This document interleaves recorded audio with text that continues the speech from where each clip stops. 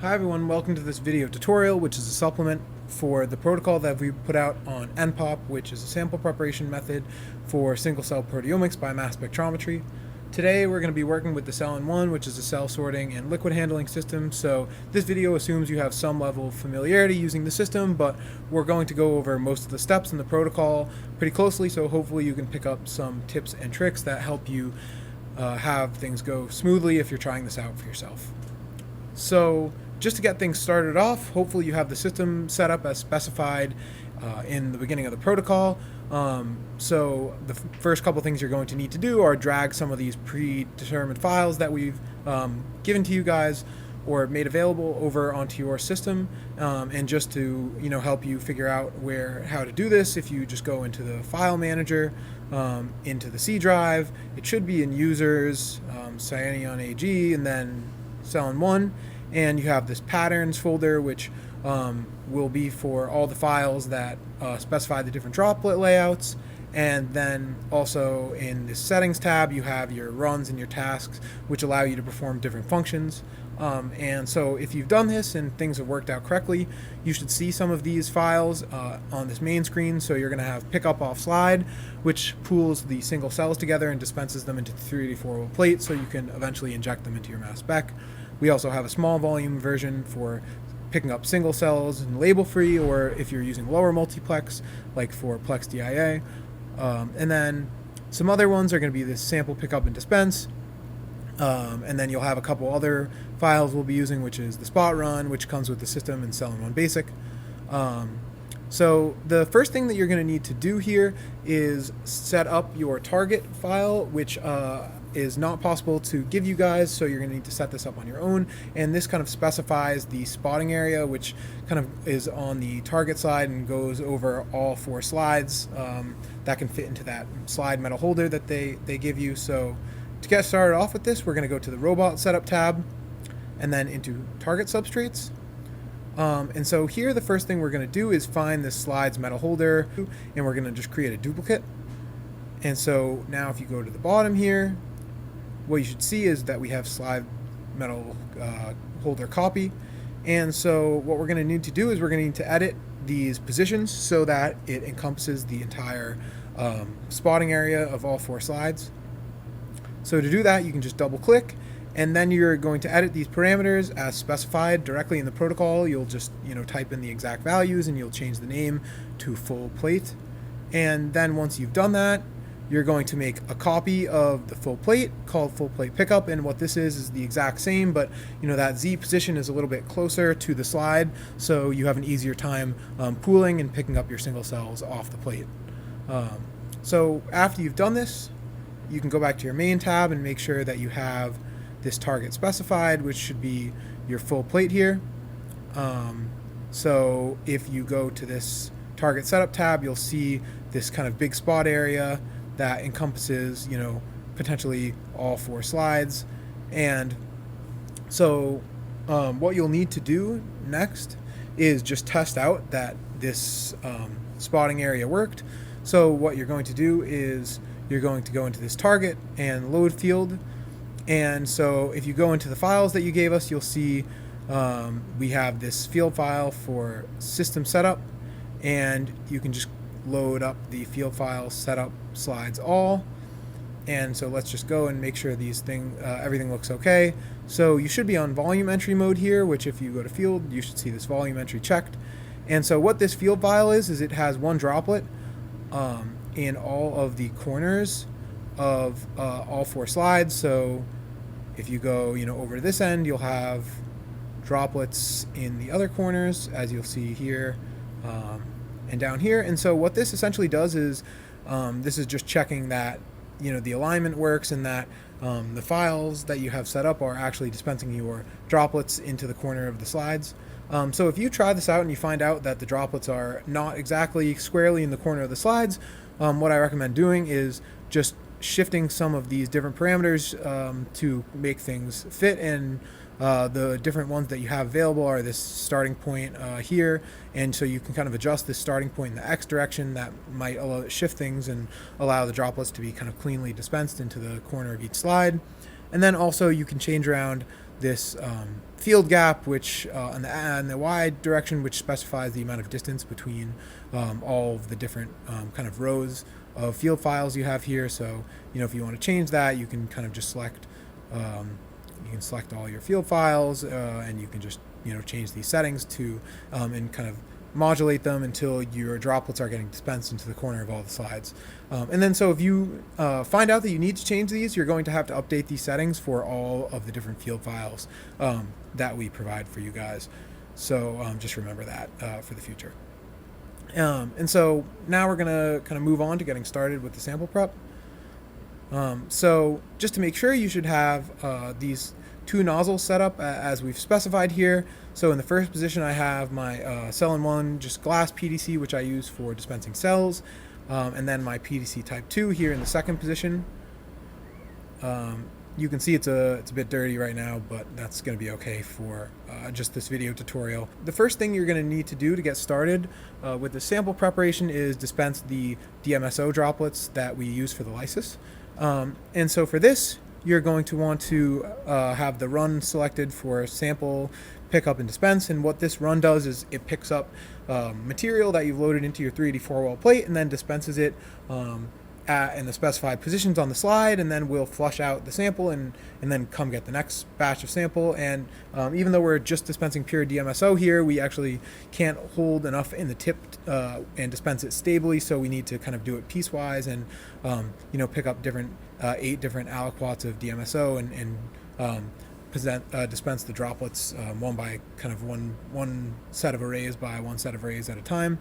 So I'm going to go into my target setup field, and I'm going to load the file that we need for performing this.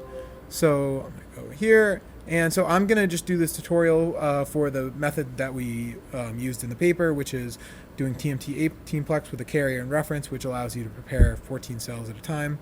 So if I go into this file for doing 14 cells at a time and I load this Dmso field, which is for the lysis, now I'll go into the field setup and I can see that I have kind of my droplets nicely displayed here.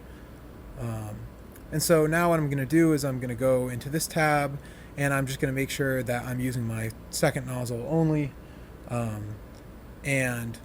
Also, you want to make sure now that you have your Dmso loaded into your 3D 4-well plate, and the wells are going to be D1 to D8.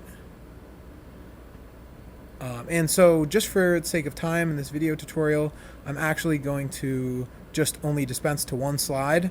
And so to do that, I am just going to reduce the number of fields in the Y position. So I'm just going to reduce that to 1. So we're only dispensing to one slide, just for the sake of time. But if you want to do all 4 slides, of course, you will keep all 4 loaded up. And so now that I have my Dmso in my well, my nozzles are working well, and I have my correct run and field specified, I'm just going to go to Start Run here.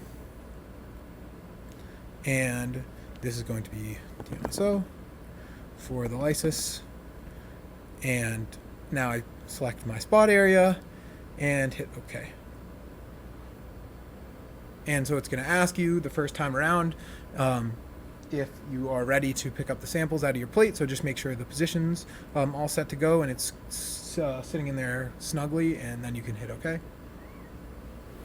So just to show you guys, I'm going to pause things right here with this nozzle setup button. And this will bring me to my control kind of panel here, and so I can just turn the light on and make sure everything looks okay. If I want to check the droplet, I can hit this little button here to make sure that the droplet looks nice and it looks great. So that's good.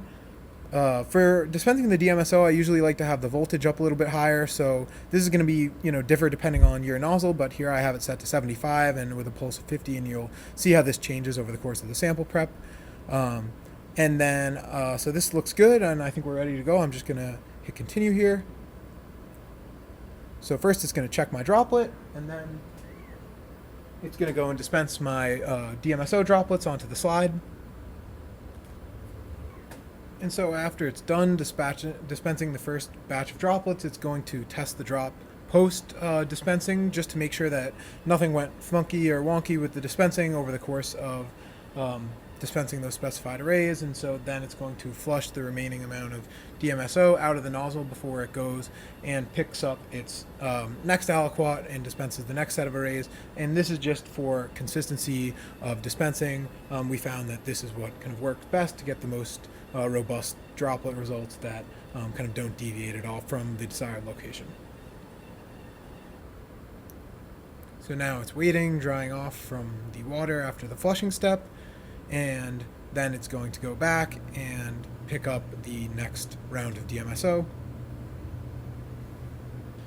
It's going to wait and let some of the Dmso dry off, and then it will test the droplet again, make sure it looks good before it goes and dispenses. It looks great, and so now it's going to go dispense the next set of droplets. And so after it's done dispensing all the droplets, it's going to take images of the fields, and I recommend you check these images just to make sure that the droplets were dispensed and the alignment looks nice before you're ready to dispense your single cells. And if you want to check those, you can go here, and if you go into the C drive, into your runs folder. So here I am in this test folder, and if I see this file directory is going to be made with that doesn't have this run extension, and if I go into here, it's going to have my pictures of my droplets. And so here I can check things out and see that they all look nice and organized, and as you're kind of flipping pictures, you shouldn't see these images, the location of these droplets and the images differ too much, except for on the last array. And for the last array, the droplets are all shifted a bit to the left, and this is to allow for some other droplets that we're going to dispense on the far side later on in the sample preparation. And as you can see, they're a little bit shifted to the right, or to the left as we expect. And so at this point now, we've successfully dispensed the Dmso that we need for cell lysis. The next step is going to be to do some evaporation control. So here we're going to turn the humidity up to about 60%, and we're going to turn the cooling of the plate. I like to set it to kind of a fixed temperature of around 19 degrees C. And so this might be different for everyone's instrument. Your local temperature and humidity are going to change, and so your evaporation conditions are going to be a bit different. So this is something I recommend, trying out for yourself. So now that we have our humidity control going, the next step is to dispense the cells. And so the Dmso droplets should be pretty stable, but if you're dispensing a really large number of cells, often this can take quite a bit of time. So adjusting those humidity and temperature control settings is just kind of good measure to make sure that you don't lose too much volume of these droplets over the course of the cell dispensing. And so we actually don't have any cells today, but hopefully you're familiar with dispensing cells with the cell-in-one. We're going to change the run mode to cell-in-one basic. It's still going to be on this full plate over here, but we're going to do a couple things on this target setup tab. So we're going to first go into the field setup and change to click off volumetry. So this is because we're going to be dispensing drops, just one drop, which is one cell per reaction volume. So we want to check volume entry off there before we load the field file for the cells. And so I'm going to go into load field files, into my 14 cells, and then I have this file called cells. And so if I go into here, if I go look at these droplets, what I'll see is that they all kind of have, one droplet specified, which is good. If you are dispensing multiple different cell types, you're going to have to edit these files a little bit. So what you might want to do if you have two cell types, say, is you might want to go erase kind of the bottom half of these droplets on each array, so that you can make room and dispense the first cell type, and maybe come back, reload the file, and delete the top the second time around, so you can dispense the bottom a cell in the bottom droplet. The dispensing of the labels is randomized, so it's kind of okay if you keep this layout of the cells the same each time here. And the other consideration you might want to make is for negative controls. So we also might delete a droplet in some of these sets to allow for a droplet that didn't receive a single cell, so we can assess the background signal from our sample prep. And the other thing to mention here is that, again, these fields 2 and 3 are going to be the same, but this field 4 is going to be shifted over. So you can copy the layout you have from field 1 using target copy to fields 2 and 3. But make sure you also just do the exact same thing for field 4 as you did for fields 1, 2, and 3, and you don't copy field 1 directly to field 4, because again that will result in your droplets being dispensed off target. But so we don't have any cells today, so that's just kind of everything you need to know for the cell dispensing. So now we're going to proceed with the next step and assume that we've dispensed all of our single cells. So I'm going to go back to this main tab, and our next thing we're going to do is dispense the perimeter of water droplets. That controls our humidity a little bit better. So we're going to go just to spot run, and we are going to turn volume entry back on. And then we are going to load the field file that specifies the perimeter. And so what does this look like? If you go into here, you can see some droplets are specified kind of going around the outside of the fields. And if you come to this 4, you'll see that we have these droplets kind of on the far side over here. And again, this is why we had to shift the field files inwards to the left. And so now we should be all set to dispense our perimeter. Right before we do that, let's go to File and let's change our humidity and cooling settings. For at this stage, after I've dispensed the cells, I usually kick this up to 75, and I will change the cooling. I'll change the cooling to this dew point control, which essentially makes sure that the plate temperature is always a specified amount below the dew point, and so I have this set to -1.4. You'll have to change this to see what works best in terms of controlling evaporation for you, but this is a setting that's worked well for me. And so now I have my plate temperature set correctly and my humidity set correctly, and I'll just hit run to dispense my perimeter droplets.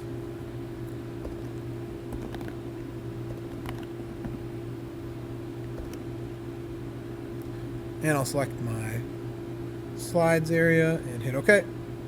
And so now the perimeter dispensing is complete. One thing I forgot to mention last time is that when we're dispensing our cells, we'll want to make sure to switch back to this first nozzle, which is a little bit clearer, and this should allow you to get nice images of your cells when they're kind of going through the nozzle here. Now that we've dispensed our cells and we have our perimeter down to make sure the evaporation is well controlled, the next step is to dispense our master mix. So you're going to want to make the master mix as specified in the protocol, which contains our trypsin, benzonase, and buffer. And then you're going to want to go to this main tab, and we're going to leave it actually as spot run here. And then, so to dispense the trypsin, we are going to need to dispense about like almost 30 microliters if you're doing all 4 slides. So in this case, you're just going to want to pick up about 40 microliters of master mix in your nozzle. So to do this, you're going to go down to this command that is take 20 of sample, and you're just going to run this twice because you need to get about 40 microliters of the master mix into your nozzle, and you only can hold 30 in these wells. So what you're going to need to do is just run this pickup command twice. So for the master mix, we're going to go back to our other nozzle that is meant for handling the organics and the protein mixtures, and I'm just going to hit do here, and I've loaded my master mix into well D9, and I'm just going to hit OK to pick up the first 20 microliters. Make sure your plate's positioned correctly. After your first aliquot of trypsin is picked up, then you're going to want to get your second. So I'm just going to run this do command again, and I put my second batch in D10. So I'm going to hit OK. So now that I've got my 40 microliters of trypsin in my nozzle, my master mix, I'm going to run this dip wash command to just make sure anything is washed off the outside of the nozzle, and this helps with droplet stability.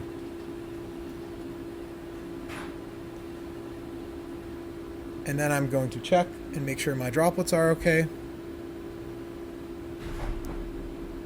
And they look good. And so for the trypsin, since it's pretty viscous, I found that it helps to turn this voltage down a little bit. And so for me, about 60, 65 and 48 had worked nicely. But again, this is something you'll have to try out on your own. So it looks like our droplet's still good. I'm going to go into this target setup, and I'm going to load my field file for the trypsin.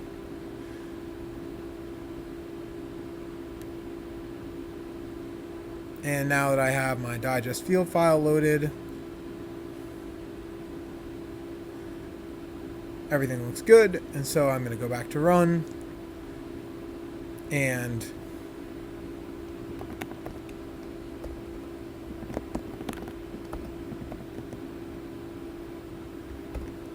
okay, and now I'm going to dispense all of my trypsin.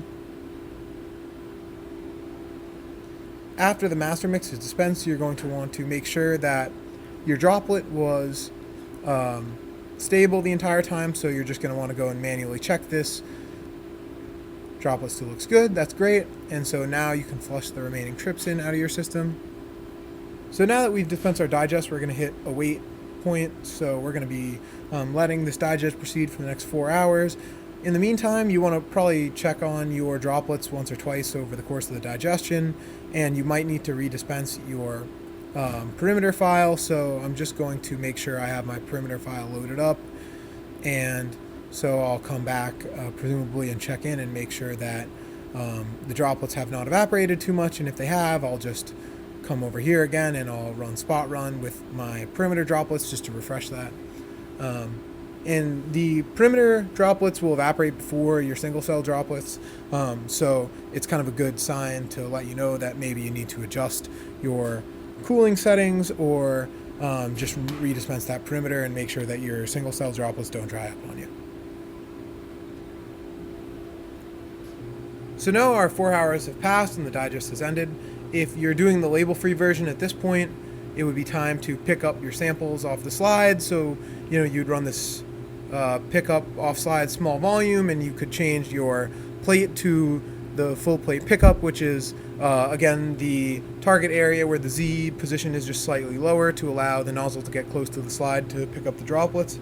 But since we're doing our TMT 14 or TMT 18 plex with 14 labels, we are going to dispense the labels next. So I'm going to change the run method to sample pickup and dispense, which is going to allow us to sequentially pick up our labels and dispense them to the desired locations. Also, so here we're working with TMT. We found that for TMT, the labeling works best without too much aqueous on the slide, so we're actually going to turn off the cooling and turn off the humidity for this labeling step. If you're working with a different labeling reagent, maybe such as MTRAC, you would probably want to leave the cooling and humidity on for these steps, since we found for MTRAC that you still need a fair amount of aqueous for the labeling reaction to proceed well. But if you're using TMT, you just kind of want to turn the humidity and the cooling off and wait 15 minutes and let the droplets dry out a bit.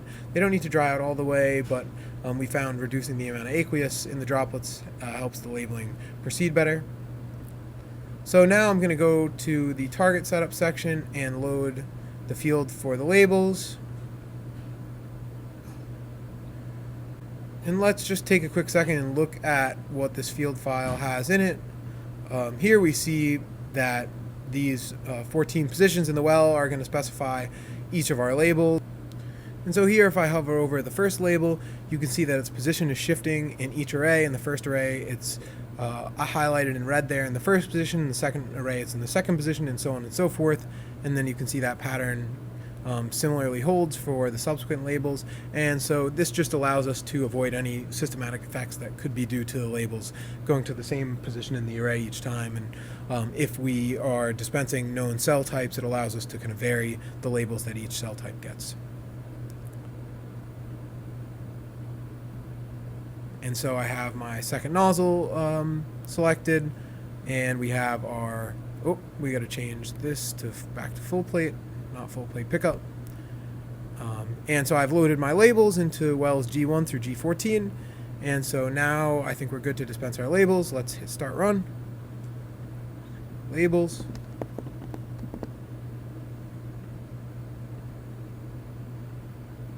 So similar here to the Dmso, it's going to ask us to hit OK for the first one.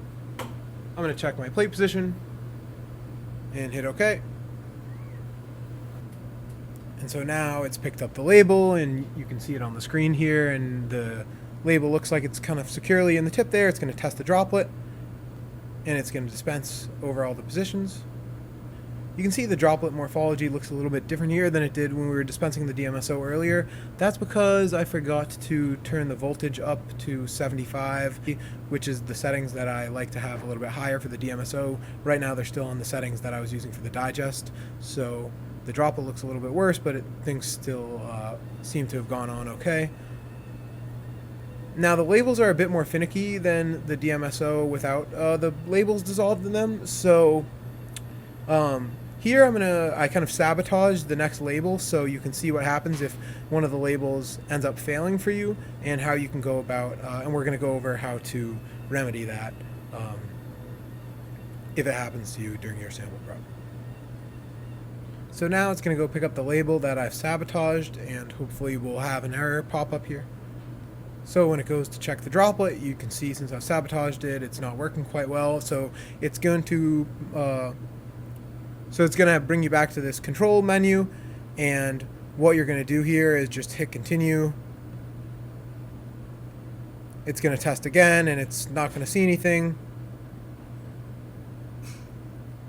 And so what I would do now at this point is just make sure that the nozzle is working okay. Sometimes if you have a failed pickup, you'll have some air in the lines, and so I just recommend first flushing the contents of the nozzle.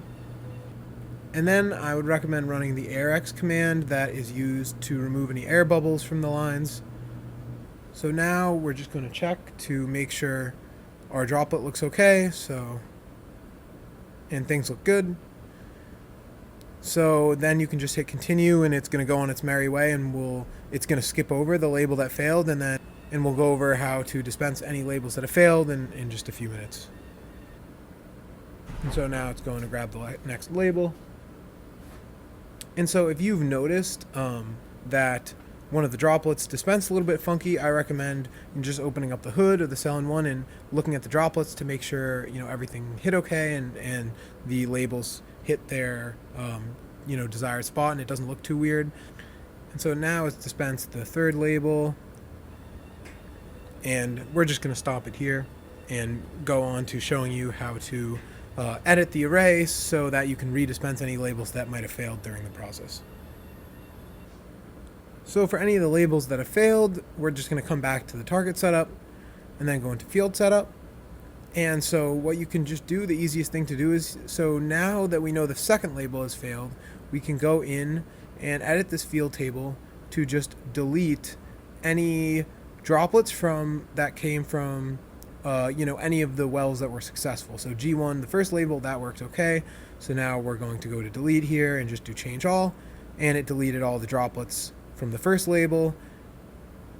We want to keep the second one, so we're going to leave G1, we're going to go to this one, which successfully dispensed, change all. And so you kind of just do that for all of the labels, delete all the labels that seem to work well, and you can leave any ones that remained and just try again for those labels, and hopefully you get it the second time around.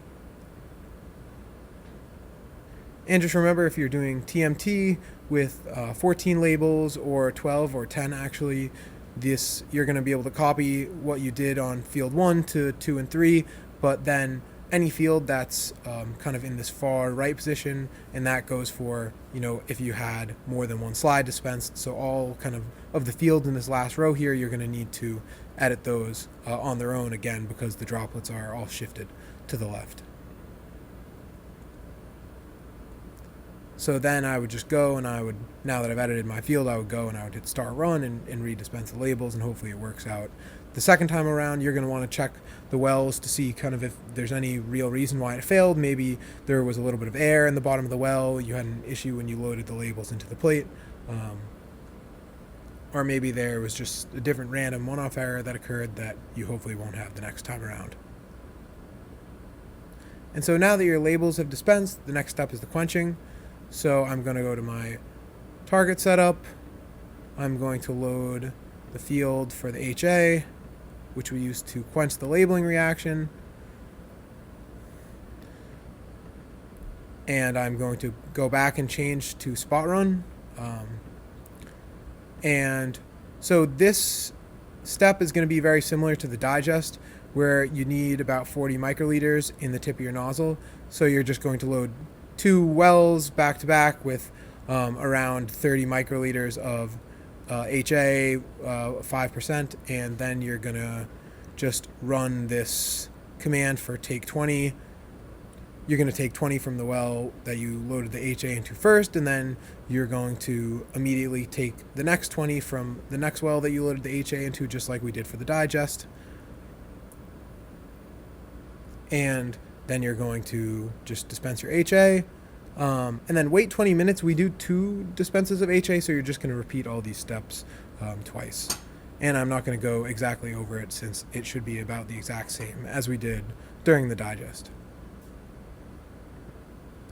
And so, we've waited our quenching is finished, both rounds, and it's time to pick up our droplets off the slide. So what we're going to do is go into the main tab. We're going to go to pick up off slide. We're going to change to full plate pickup. And we are going to make sure we remember to remove our first nozzle. I recommend just taking the entire face off, removing the one nozzle, and then screwing the attachment for nozzle 2 back into the second position.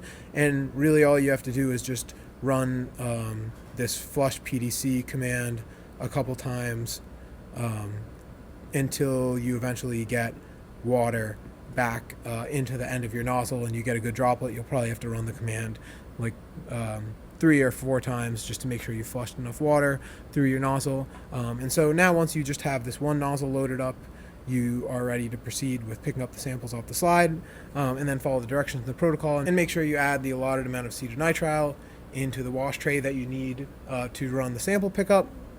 So now that that's all set, I've loaded my acetonitrile. I just have one nozzle attached. I should be good to just hit start run and let the pickup proceed.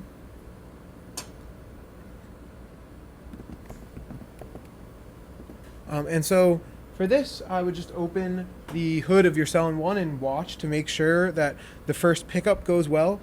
Things to remember additionally is that the first time it dispenses your sample into the plate, it's just going to prompt you to hit OK before it drives the nozzle into your 384 well plate like it always does. But other than that, things should go smoothly. And so this is just the last step of the protocol. This step can take quite a bit of time if you have a lot of samples. So, there's different options that you can look into if you are not able to finish the whole protocol in one day.